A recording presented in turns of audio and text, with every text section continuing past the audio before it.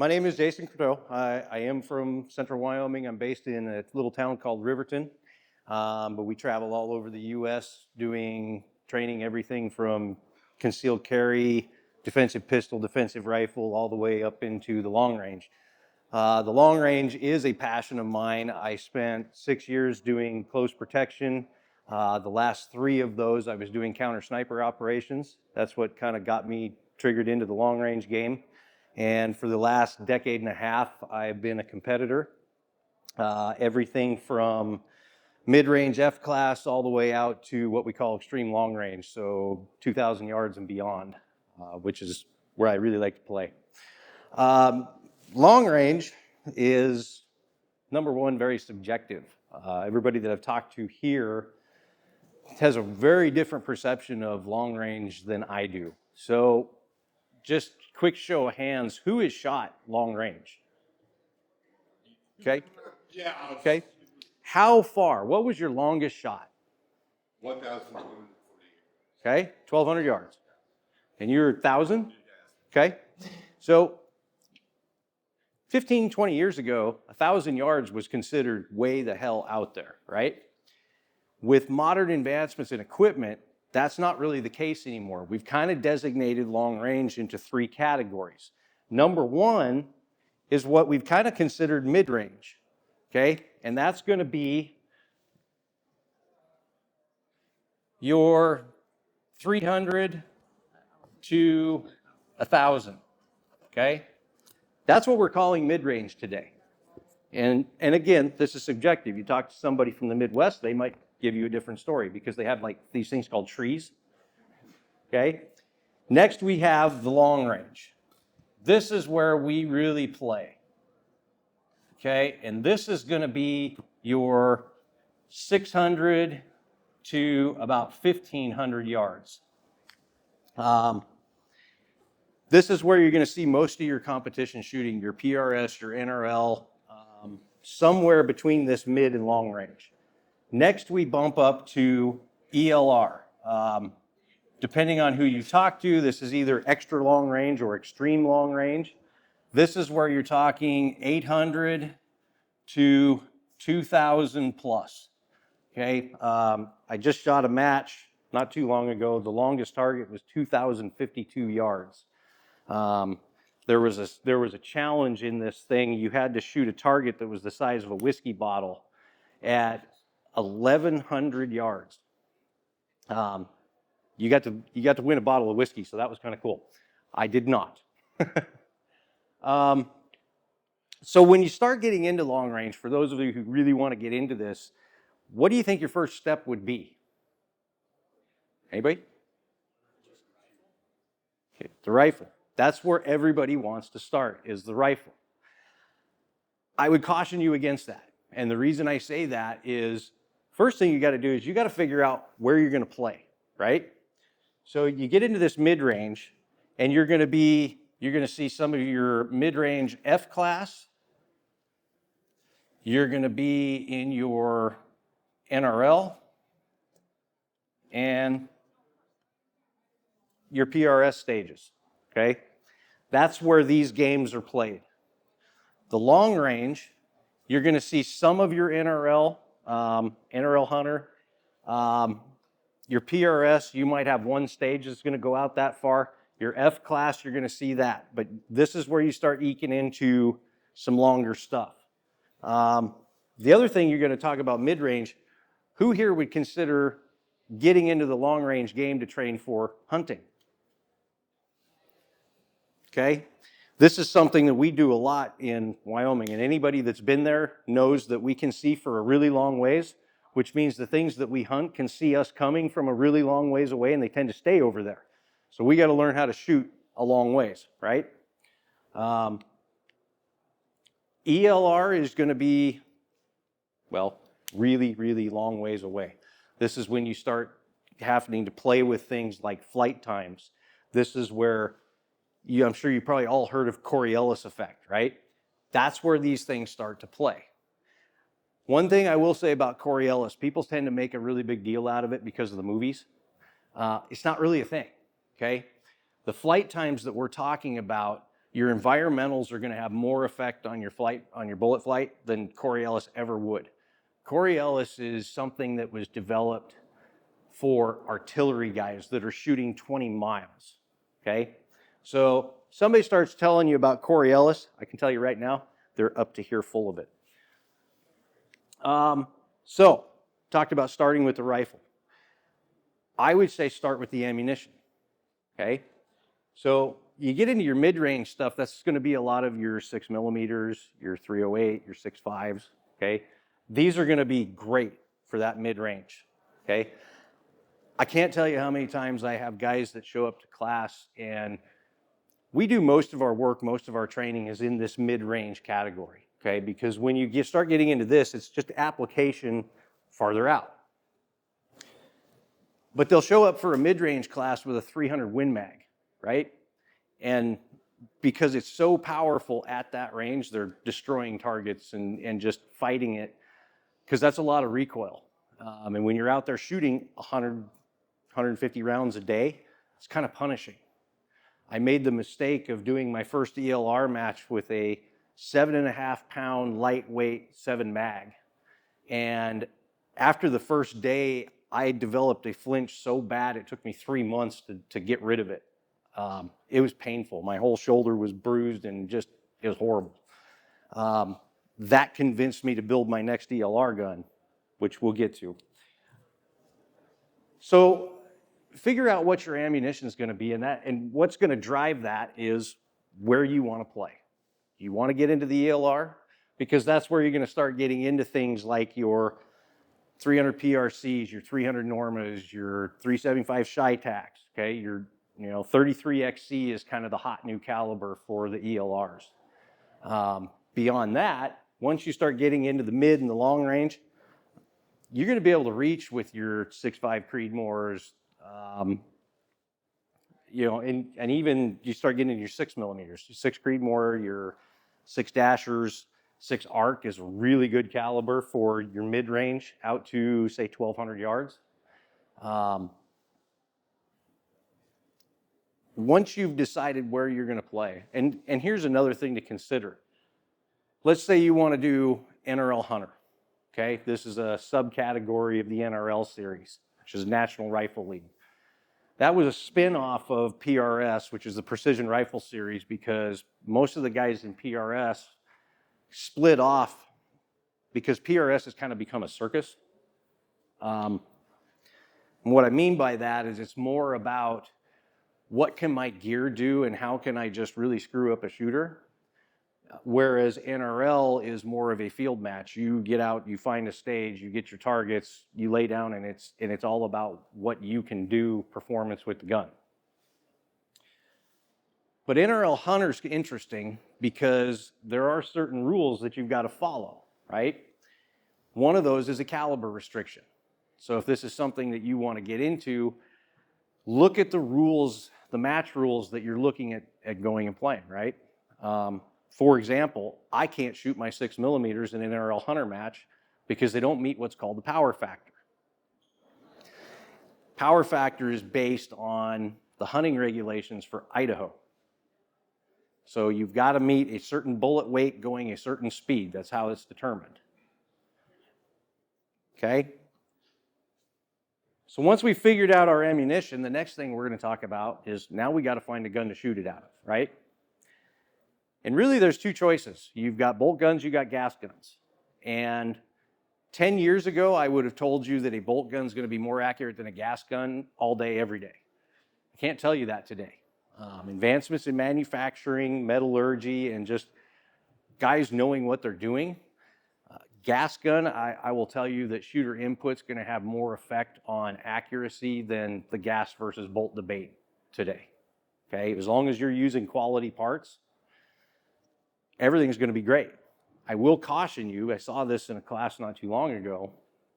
I had somebody show up and they were running it was a 224 Valkyrie. They had every high-end part component built into this gun that they could find. So down to the firing pin was like as high-end as they could get it, titanium, all this crazy stuff. But because everything was a different brand, a different manufacturer, none of it quite fit together very well, and his gun almost wouldn't run. I mean, he was having malfunctions every 2 or 3 rounds. So I gutted it. I had a spare parts kit from Palmetto State Armory, right? PSA, okay?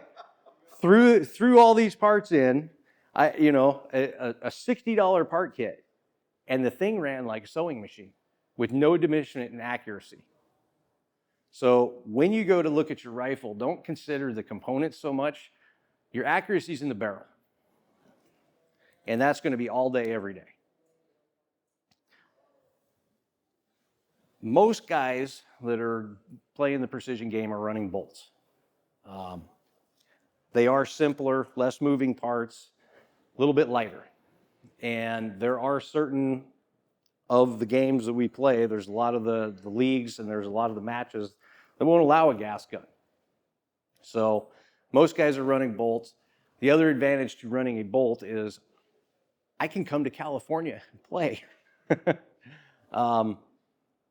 It makes me nervous when I'm going into states that are questionable on their gun laws. So bolt guns, a lot of times the way to go. My 6 ARC happens to be a gas gun. Both of them are tack drivers. When you start looking at barrels and performance and things like that, this goes back to we've made our ammunition choices. And when we're talking about ammunition, be careful what you look at. You'll see a lot on the circuit of some of these hot rounds. You got the 6-dasher, the 6mm GT, the 6XC. There's all of these boutique calibers, right? And none of them are available commercially. So if you want to get into this, one of the first things you're going to do with your ammunition once you decide on your caliber is, can I get it? It doesn't make sense for me to pick this just absolutely beautiful caliber if I can't get it, right? Because that means I can't shoot.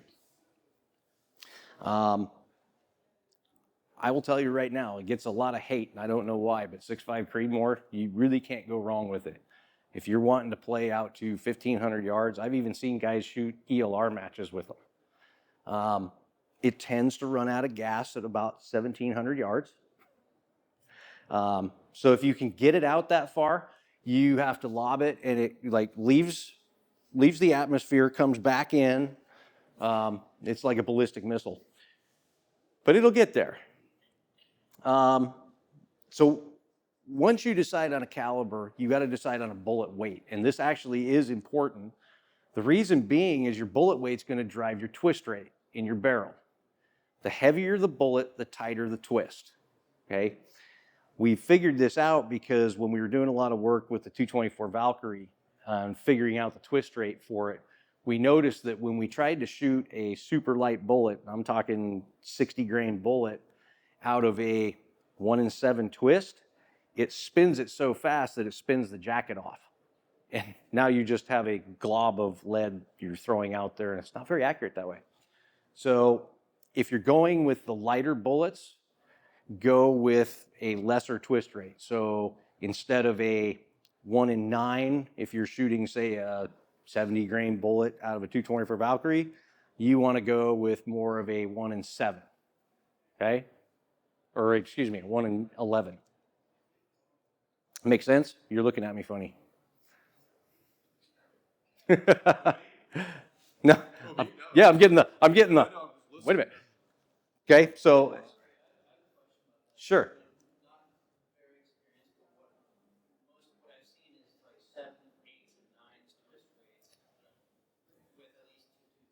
Right. Yeah, okay, so, and you're talking AR calibers probably, right? AR barrels. So let's explain it in an AR barrel, right? So if I'm shooting a 55 grain full metal jacket, the 1-in-7 twist, which is standard NATO twist, right? That's going to shoot everything from the 52 grain to about the 77 grain. But now we've got into better bullet technology. We can do more things with the same bullet. Now I can get down to, say, a 40 grain projectile, and I can get up to an 85 grain projectile for a 223. But the thing about that 1-in-7 twist is if I'm going to go down to that 40 grain, that varmint round, Okay, I need to get a lesser twist rate. So I need to be more of the 1 in 9 twist, right? Because otherwise, if I stay with that 1 in 7, or maybe I drop down to a 1 in 6, as that bullet's traveling down the barrel and spinning, right? So in 6 inches, it's going 1 complete revolution. At a 1 in 6 twist, it takes that lighter projectile and it spins it so fast that the jacket actually can't stay attached. So as soon as it exits the barrel, the jacket splits and comes apart. Make sense? So I needed to only do a full rotation in 9 inches rather than 6. So that I can't speed it up. But the heavier jacketed bullets, okay, because that's where we're getting a lot of our weight for, is it's a meatier jacket on there, which is to help us increase the weight of the bullet, that can withstand a faster twist. Does that help? Yeah, that helps. I think it's bullet construction, understanding the bullet construction, that the weight is coming from the jacket, not the. Well, it's a combination of both, okay? But with a heavier bullet, they're also going to have a heavier jacket, okay? Most of that's proprietary. Yes, but the problem is you've got to, like, it's all dependent on, number 1, caliber, and number 2, bullet weight, right? It's a combination of each. But so now we've got our bullet, now we've got our gun, right? We've decided on all these things.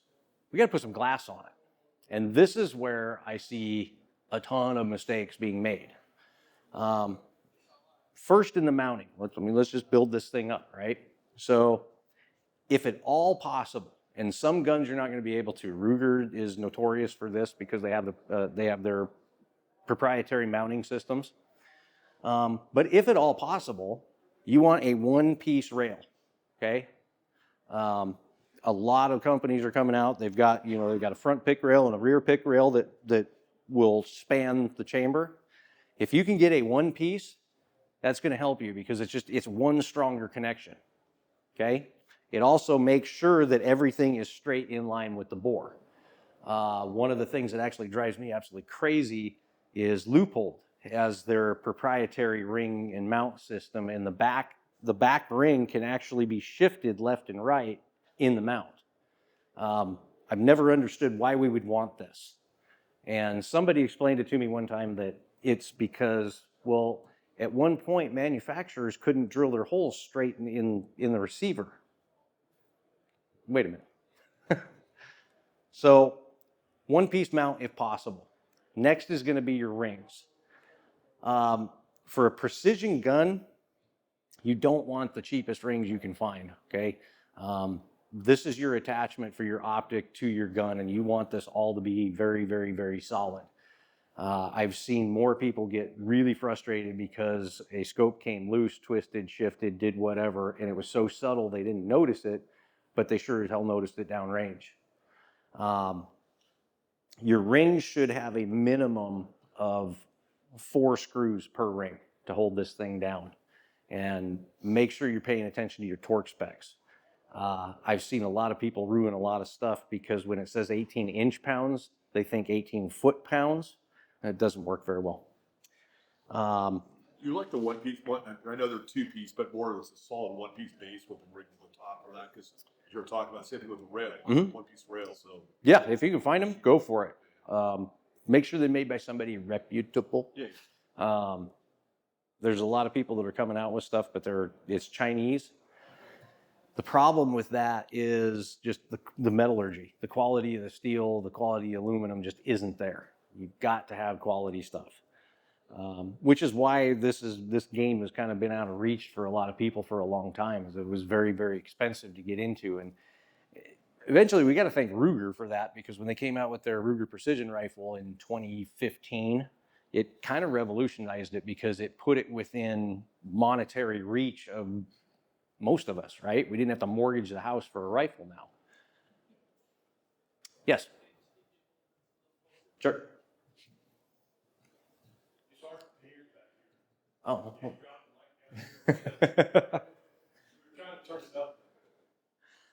Okay, so once we get to our optics, this is another place that I mean, you look at the optics field right now and there is 100,000 options, right? One of the things that we see, well, let me back up. So the first thing you got to decide is, do I want a mill reticle or do I want an MOA reticle?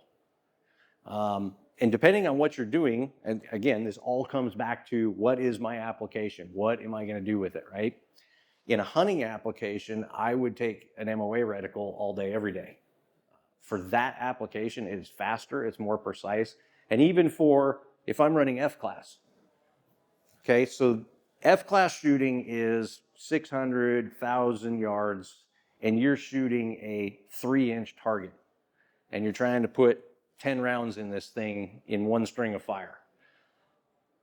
One of the things that an MOA reticle is going to give you that a mill reticle won't is a very, very fine zero, okay, very refined. I can put that zero right on top of the center of the target. If you're trying to do that with a mill scope, mills are going to hurt your feelings, okay?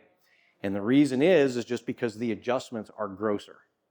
Whereas an MOA reticle, typically your adjustments in those turrets are going to be an eighth of an eighth minute, okay? Or an eighth of an inch at 100 yards. With a mill, 1/10 of a mill is 0.34. Okay, so basically it's a 30 caliber bullet width every click in a mill scope. So I might get my zero, and I know DeSargo has seen this, like all of my mill scopes, it's there, but it's like just off to the side or just up or it's just never quite perfect. And that's the downside of a mill scope. The upside to it, if you're shooting NRL, PRS, where it's minute of steel, mill scope's going to be easier for you because it's faster, okay? You know, grosser increments means if I'm dialing, I can get there faster. It also means that I don't necessarily, if I'm using holdovers, I don't have to hold over as much.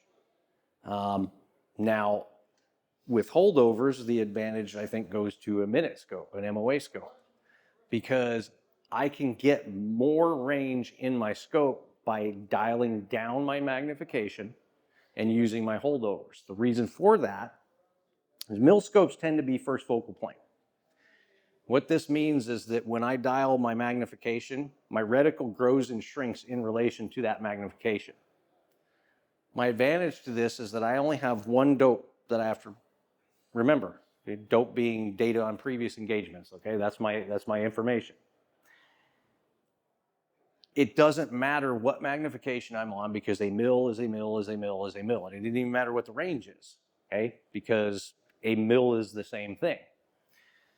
The other advantage to this is if you're using a spotter and you can get a spotting scope that is mill metered. So your spotter can sit there and call your shots and give you a very, very precise follow-up. So if you take a shot and you miss, your spotter can now look at that and go, okay, you need to come up 0.2 and you need to come left 0.1. Now that gives you a very exact follow-up shot. Whereas in a minute, typically, because there's no reference for your spotter, because nobody makes an MOA second focal plane spotting scope, your spotter's looking at you going, okay, you need to come up half a target and you need to go right a target, okay? That's about as good as you're gonna get with a minute scope. Figuring out your data is a little bit easier with a mill scope too, because it's very simply, okay, at 400, you know, if I have a 100-yard zero, at 400 yards, I'm 3.2. I can either dial that or hold it. With a second focal plane, the way I've always set up my data is to look something like this.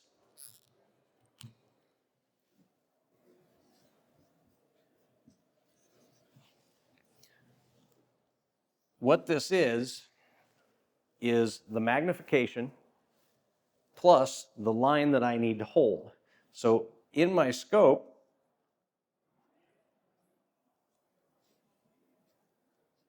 okay, so a second focal plane MOA scope might look like this, right? So if this is my data, I'm going to put my scope on 10 magnification, and I'm going to hold this third line. Okay, so that gives me my hold for X range. Whereas with a mill, and I have to do that for every range. I have to sit there and figure that out. Okay, so this might be my 200-yard hold. My 400-yard hold might be 8X plus 2. Make sense? It helps when you can actually see it and do it, which is where we're kind of difficult here. The other thing about magnification, and one of the things that we see a lot, is people have a tendency to overdrive their optics. What we mean by that is way, way too much magnification. It's great to be able to see the hair on the deer at 1,000 yards. But what happens is now you have no reference to what's around. You've got no field of view. I see this time and time again in competition. Guys will dial up their scopes to absolute maximum. And they hit the target, but it was the wrong target, or it was out of order. And now they've just DQ'd a stage, right? You see a lot of guys, and I'm one of them, even when I'm shooting ELR out 2,000 yards, I kind of tend to live somewhere between 12 and 18 magnification. And when you're buying optics, one of the things that, because optics, let's face it, is probably one of the most expensive things you're going to buy in this whole package. They don't have to be. Shop around, look around, because and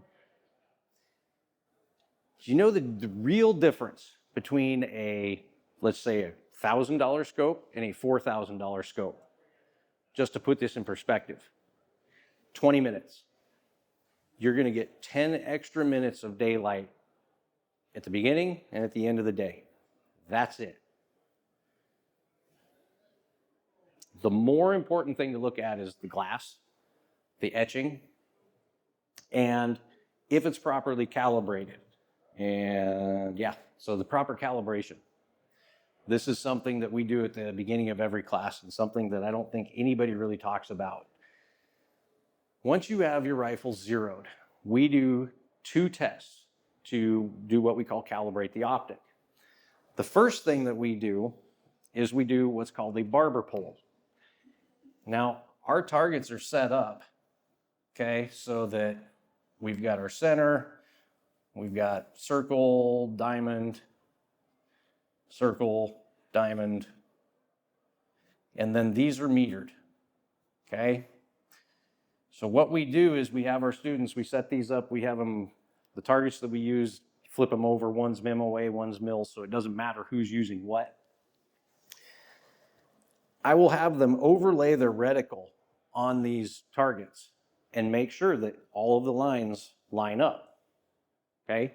So if this is 2 MOA, when you line up this scope, your center should be here, and this second MOA line should be right here. If it's not, and I've seen this, where a reticle wasn't etched quite right, and as you go down, okay, my reticle line's here, my reticle line's here, then I get down here and my reticle line's below, right? And it starts growing. Now we know that that reticle was not etched correctly, and they need to contact the manufacturer and get it returned, fixed. The second thing that we do is what we call a box test. Anybody know what that is? Okay, so what we're going to do is, takes 5 rounds. First round, you're going to shoot center. The next round, you're going to dial your turret.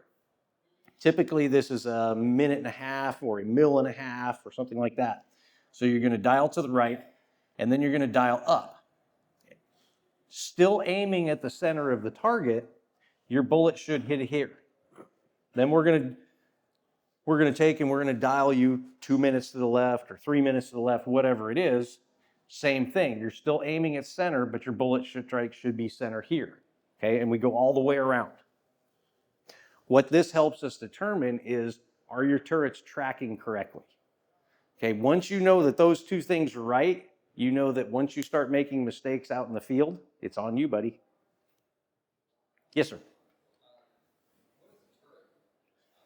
So the turrets are what, your dials that you spin to make your adjustments for zero. Or if you're in the field, you're making your adjustments for your bullet drop. Yeah, knob, turret.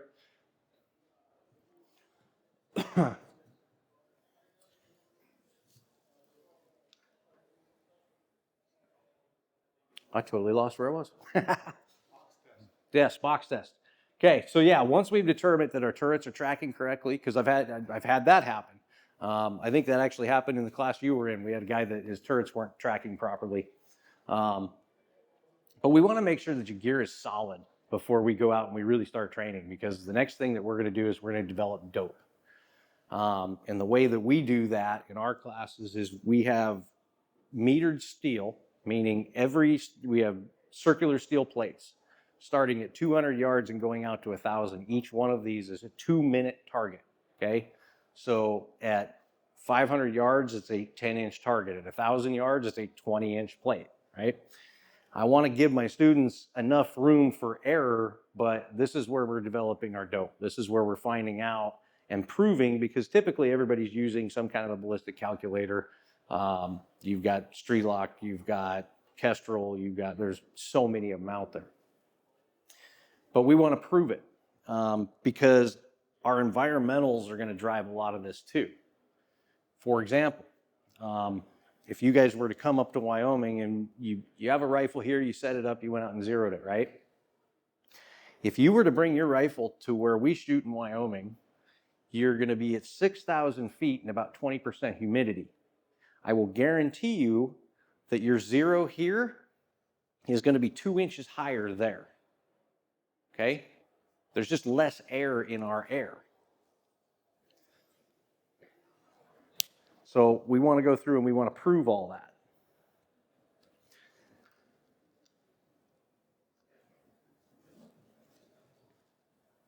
The next thing we're going to do is we're going to talk about how to, and this is kind of about all we're going to have time for. Has anybody ever seen or ever done ranging targets with your reticle? I'm getting blank stares. All right, so there's two formulas. There's mils and MOA. Mils,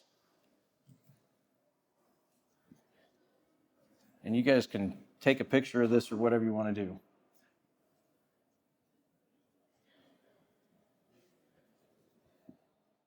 Okay, so you take your target in inches. You have to know your target size, right? Which is something if a good instructor will provide you, I promise. So you take your target in inches, and let's say we've got, let's just call it a circle target here, right? So if this is millimetered, this is, and let's call this a 10-inch target, okay? So 10-inch target, I'm going to multiply 27.7, and then I'm going to divide that by mils read. So I'm reading 2 mils.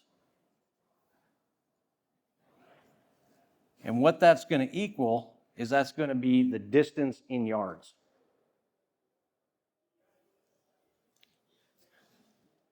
For MOA,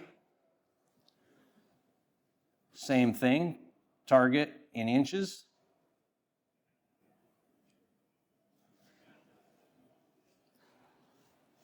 Divide by MOA read. Okay, so same thing, we're 2 MOA there on a 10-inch target. And then we multiply 95.5. Same thing, it gives us range in yards.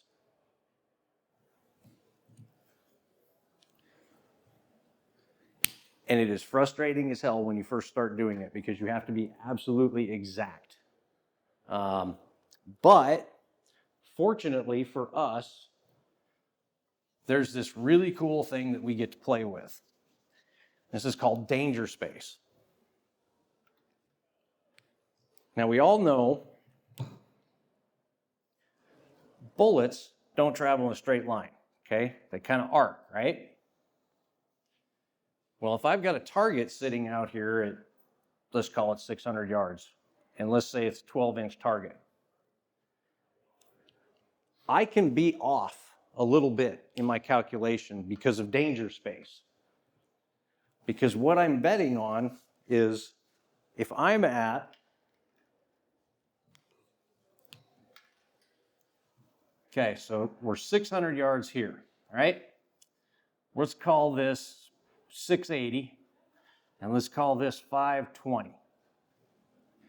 So from here to here in my arc, as long as I'm dialed for the distance, I'm going to hit the target because in this space, horizontally, I'm in that target vertically. Make sense? That is the biggest thing that saves us when we're shooting long range.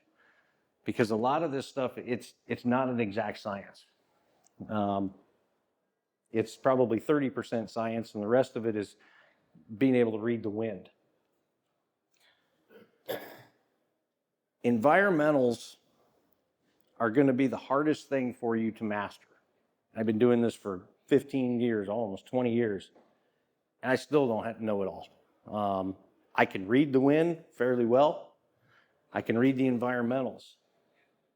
One of the things that's going to probably frustrate you if you're out there doing this by yourself, especially we become so reliant on the kestrels and the weather meters and things like that, and they're great. But you have to understand that they give you the weather where you're standing. When we're shooting, we might go through, if you're shooting 1,000, 1,200 yards, depending on your terrain, you might be shooting through 3 wind profiles.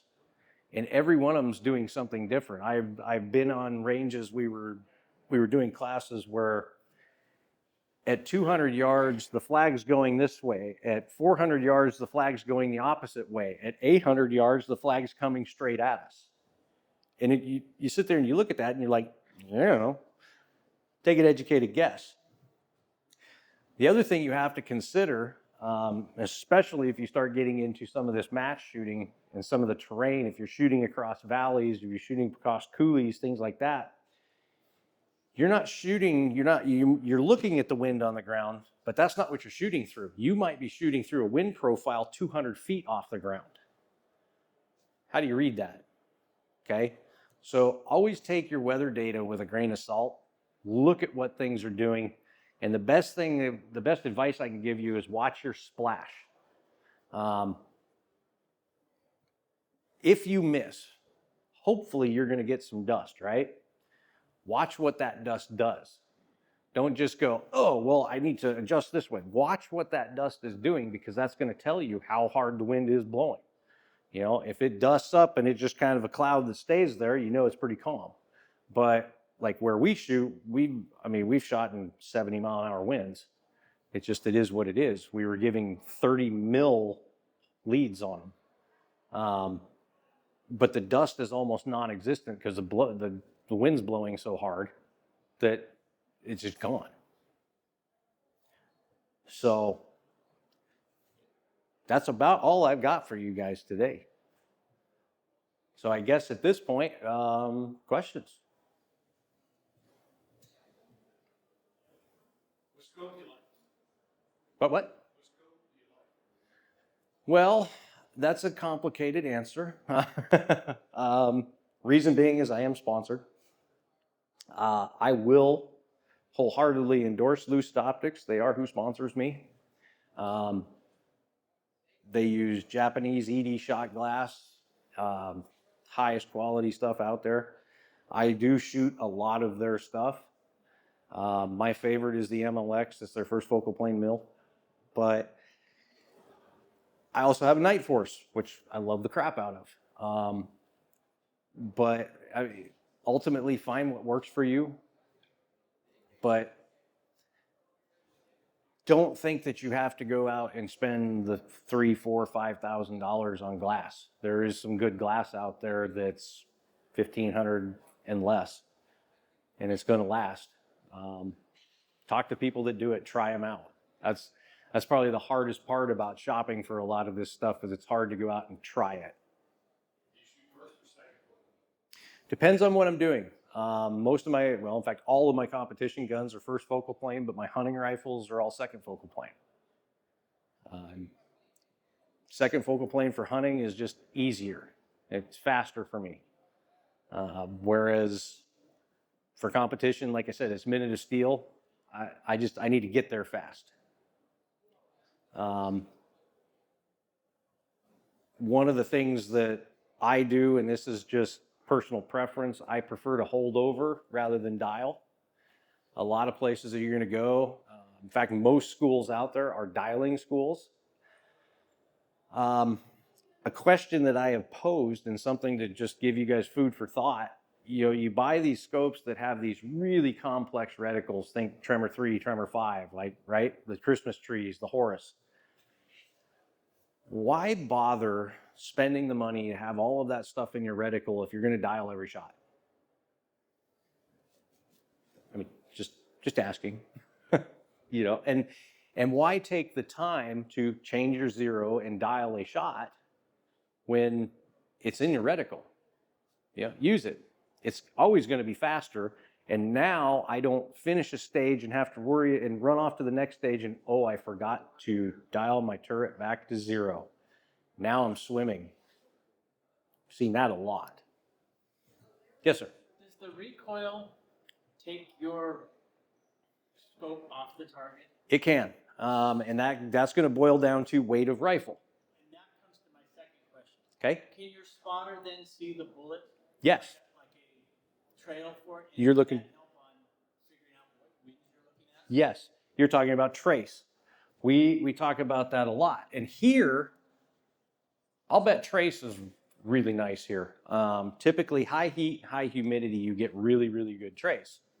And when they do matches, they will set up targets specifically where your splash is going into a bush or weeds or something where there is no splash. So you've got to be able to read the trace.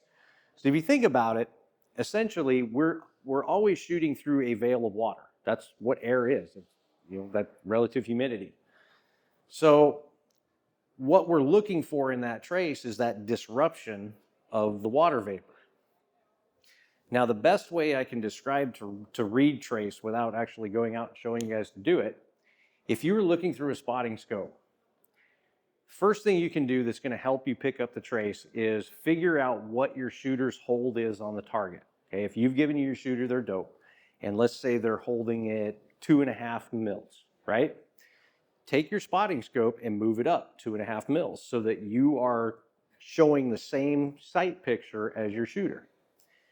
Then what you want to do is you want to focus instead of being laser focused on the target, back your focus off so that you're focused about halfway between yourself and the target. And look for that trace to come in right about your crosshair. So that's something you actually have to rely on the spotter to see. Not necessarily. If you're steady enough and you practice this enough, I mean, a lot of these competitions, we have to sight our own shots. We have to spot our own shots. So being able to read your own trace is kind of a thing. I specifically designed my ELR gun. It's a 300 PRC, and anybody that's been behind one, if it's a lightweight hunting rifle, they suck. Like the first one I bought knocked the wind out of me. So I tore it apart and rebarreled the action for a 6.5 PRC and gave it to my wife because she's tougher than me. My 300 that I shoot in ELR is 27 pounds empty, but it doesn't move. And then throw a suppressor on it and it really doesn't move. So you can do it, you just gotta be willing to pack it. But also keep in mind that eliminates you from certain categories of competition. Whenever I go, I have to shoot in open heavy. I can't do like the lightweight classes, I can't do some of that stuff. So it may pigeonhole you into a category of shooter you maybe not want to be. Yes, sir.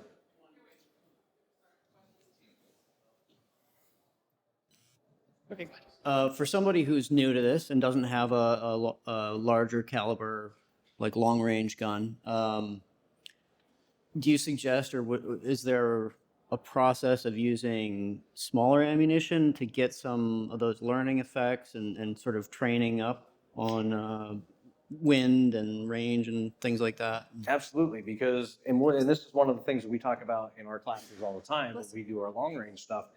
I don't care what caliber you bring. I don't care if you bring a gas gun, a bolt gun. Like, this is not gear dependent, right? We're building shooters. You can still build the skills as long as you've got a gun that's going to reach out 600, 700, 800 yards. 223, 5.56 will do that. I actually had to eat my words one year because I had such disdain for the 224 Valkyrie, and then I had a guy show up and he was hitting targets at 1,300 yards consistently with it. Okay, but at the end of the day, this is about you and building you as a shooter, regardless of your equipment. We've done classes with like the NRL 22 type stuff, so our maximum range was 300 yards, but we were doing this all with 22 caliber. The skill set is all the same. Oh, you said something about one focal plane and two focal plane? Yes. Okay. So scopes are divided into first focal plane or second focal plane. A second focal plane scope, this is where you can turn the magnification, but the reticle is going to stay the same size in the scope. What changes is the increments in between the lines in the scope. In a first focal plane, the reticle is going to grow and shrink in relation to the magnification, so that your measurements in the scope will never change. They're always the same.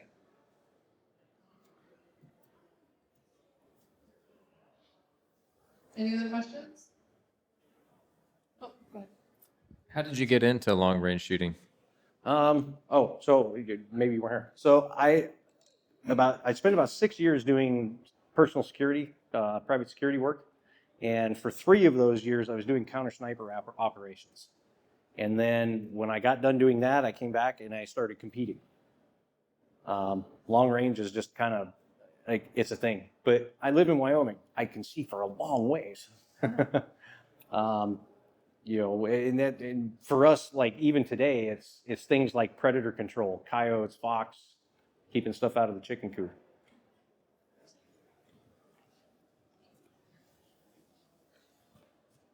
Nothing else? Ha! It will. It makes my head hurt. Bring some shooting mats, layouts, curl up in the field. I'll mention that to him next year. Well, thank you guys. I appreciate it. All right, help me give Jason a round of applause. Before I turn you guys loose, Mike and I have set up a class here in San Diego. It's actually be a little bit north. It's April 7th. So I'll be back here in a month. If you go to my website for sign up, it is the one-day long-range clinic. And for anybody that was here in this room, if you enter San Diego Gun Show, all one word, all small letters, you're going to get a 10% discount.